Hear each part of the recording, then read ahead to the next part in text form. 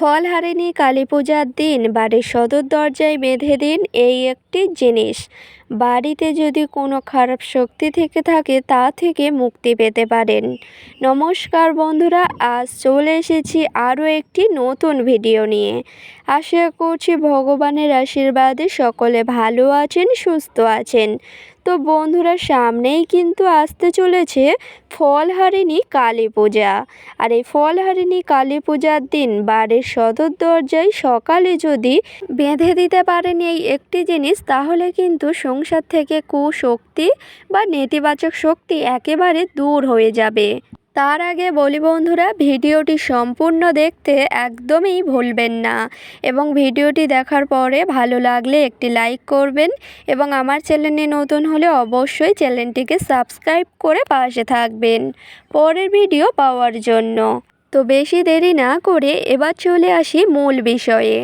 ফলহারিণী কালী পূজার দিনে বাড়ির সদর দরজায় যদি এই একটি জিনিস বেঁধে দিতে পারেন, তাহলে কিন্তু এই সামগ্রীটা বেঁধে দেওয়ার ফলে কিন্তু সংসার থেকে নেতিবাচক শক্তি একেবারে দূর হতে পারে। সংসারে আসতে পারে প্রচুর অর্থ ও সৌভাগ্য। ঠিকই শুনেছেন, এই কারণে অবশ্যই করে ফলহারিণী কালী পূজা 2025 অবশ্যই ফলহারিণী কালী পূজার সকালেতে বাড়ির সদর দরজায় বাঁধুন এই জিনিসটি। সংসারে আসবে সৌভাগ্য, অর্থ। এই জন্য অবশ্যই করে এই কাজটি ফলহারিণী কালী পূজার দিন করুন। দেখবেন মা কালীর আশীর্বাদে সংসারে সকল নেতিবাচক শক্তি একেবারে দূর হবে এবং সংসারের জন্য খুবই মঙ্গলময় হবে যদি এই কাজটি ফলহারিণী কালী পূজার দিন করতে পারেন। সবার প্রথমে বলি বন্ধুরা, ফলহারিণী কালী পূজার দিনে অবশ্যই আপনাদের যেই কাজগুলি বা যে নিয়মগুলি অবশ্যই মেনে চলতে হবে, সেগুলি কিন্তু মেনে চলবেন। তারপরেই কিন্তু এই কাজটি অবশ্যই করে করবেন। ঠিকই শুনেছেন, সংসারে মঙ্গলের জন্য কিছু নিয়ম বিধি অবশ্যই মেনে চলা উচিত। এই জন্য অবশ্যই করে ফলহারিণী কালী পূজার দিনে আপনারা যেই কাজগুলি অবশ্যই করে করবেন এবং কিছু নিয়মবিধিও আছে যেই কাজগুলি ভুলেও করবেন না। সর্বপ্রথম বলি বন্ধুরা, যেই কাজগুলি এই ফলহারিণী কালী পূজার দিন ভুল করেও করবেন না, সেগুলি হচ্ছে এই ফলহারিণী কালী পূজার দিন বাড়ির সদর দরজায় যদি কোনো ভুল করে কোনো গোমাতা বা কুকুর বিড়াল চলে আসে, আপনারা কিন্তু দূর করে তাড়িয়ে দেবেন না। ঠিকই শুনেছেন, আঘাতও করবেন না বা দূর করে তাড়িয়ে দেবেন না। এই কালী পূজার দিনে যদি বাড়িতে কোনো গোমাতা, পশু পাখি ভুল করেও আসে, এটি কিন্তু শুভ একটি সংকেত। আপনারা তাদেরকে আঘাত করবেন না। এবং দ্বিতীয় যেই কাজটি ভুল করেও করবেন না, সেটি হচ্ছে ফলহারিণী কালী পূজার দিনে ভুল করেও যদি আপনাদের বাড়ির সামনে কোনো ভিখারি বা ভিক্ষুক যদি বা ভুলে চলে আসে, আপনারা কিছু দান করার চেষ্টা করবেন। তাদেরকে আঘাত করবেন না বা দূর করে তাড়িয়ে ভুলেও দেবেন না। এটি কিন্তু ভগবানের আর এক রূপ। এই জন্য কোনো গরিব দুঃখী বা ভিক্ষুককে আঘাত করা ভুল করেও উচিত নয়। ঠিকই শুনেছেন, এই জন্য অবশ্যই করে ফলহারিণী কালী পূজার দিনে যদি বাড়িতে কোনো ভিখারি বা ভিক্ষুক চলে আসে, পারলে কিছু দান করুন। কোনো বস্ত্র বা অন্ন অবশ্যই করে দান করুন। দেখবেন এর ফলে মা কালী আপনার ওপর প্রসন্ন হতে পারে। এবং তার সাথে সাথে ভুল করেও যেই কাজটি করবেন না, সেটি হচ্ছে এই ফলহারিণী কালী পূজার দিনে বাড়িতে যেন কোনো আমিষ খাবার না ওঠে। ঠিকই শুনেছেন বন্ধুরা, অবশ্যই করে চেষ্টা করবেন নিরামিষ খাবারই গ্রহণ করার। তার কারণ হচ্ছে মা কালীর পূজা জাগ্রত একটি পূজা। এই জন্য অবশ্যই করে আপনারা চেষ্টা করবেন এই দিন নিরামিষ খাবার গ্রহণ করার। তারপরেই কিন্তু এই কাজটি আপনারা করবেন। ঠিকই শুনেছেন বন্ধুরা, অবশ্যই করে কিন্তু আপনারা চেষ্টা করবেন ফলহারিণী কালী পূজার দিনে নিরামিষ খাবারই গ্রহণ করার, তারপরেই এই জাগ্রত কাজটি করার। নাহলে কিন্তু কোনো ফলদায়ী পাবেন না। তো বন্ধুরা, আশা করছি বোঝাতে পারলাম। ভুল করেও ফলহারিণী কালী পূজার দিনে এই কাজগুলি ভুল করেও করবেন না, না হলে কিন্তু কোনো ফলই পাবেন না। আপনি যতই শুভ বা ভালো কাজ করুন না কেন, কোনো ফল হবেই না। বাড়িতে যদি আমিষ খাবারকে কোনো শুভ কাজ করতে যান, সেটি কিন্তু শুভময় হয় না। এই জন্য অবশ্যই করে এই নিয়মগুলি আগে মানবেন, তারপরেই কিন্তু কোনো শুভ কাজ করার চেষ্টা করবেন। হ্যাঁ বন্ধুরা, একদমই ঠিকই শুনেছেন।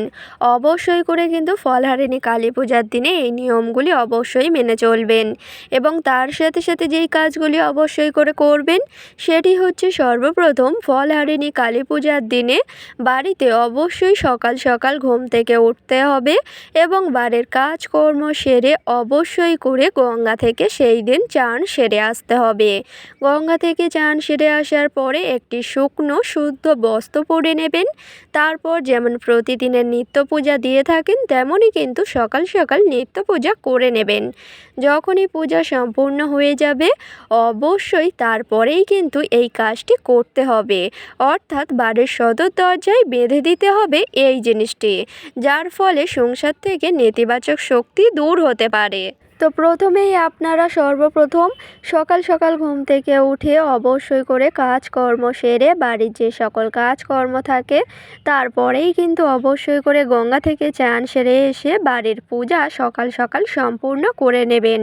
ঠাকুর ঘরে যাওয়ার পরে অবশ্যই ঠাকুর ঘর পরিষ্কার পরিচ্ছন্ন করে নেবেন এবং ফুল দিয়ে সাজিয়ে তুলবেন, ভোগ নিবেদন করবেন। তারপর শাঁখ কাঁসা বাজিয়ে যখন সকালের নিত্য পূজা সকাল সকাল সম্পূর্ণ হয়ে যাবে অবশ্যই করে আপনারা চেষ্টা করবেন এই শুভ কাজটি তারপরেই করার। আপনাদের যখন সকালের নিত্য পূজা সম্পূর্ণ হয়ে যাবে অবশ্যই করে তারপরেই কিন্তু ঠাকুর ঘরে বসে আপনাদের এই কাজটি করতে হবে। আর সেটি হচ্ছে ঠাকুর ঘরে বসে প্রথমেই নিয়ে নেবেন একটি লাল শ্যালো পুঁটুলি। লাল শ্যালো পুঁটুলির মধ্যে নিয়ে নেবেন একটি 1 টাকার কয়েন এবং 1 গাঁট হলুদের টুকরো, কাঁচা হলুদের টুকরো এবং 3টি ফুল সমেত লবঙ্গ। ঠিকই শুনেছেন বন্ধুরা, তার মধ্যেই কিন্তু রাখতে হবে, অর্থাৎ একটি লাল শ্যালো কাপড়ের মধ্যেই কিন্তু সেই সামগ্রীগুলি রেখে দেবেন। 3টি ফুল সমেত লবঙ্গ, একটি 1 টাকার কয়েন এবং কাঁচা হলুদের টুকরো। তারপরেই কিন্তু সেই লাল শ্যালো কাপড়টি ভালোভাবে পুঁটুলি করে নেবেন। নেওয়ার পরে অবশ্যই করে চলে যাবেন বাড়ির সদর দরজায়। সদর দরজায় যাওয়ার পরেই কিন্তু মা কালীর নাম 3 বার স্মরণ করবেন এবং বাড়ির সদর দরজায় বেঁধে দেবেন সেই পুঁটুলিটি।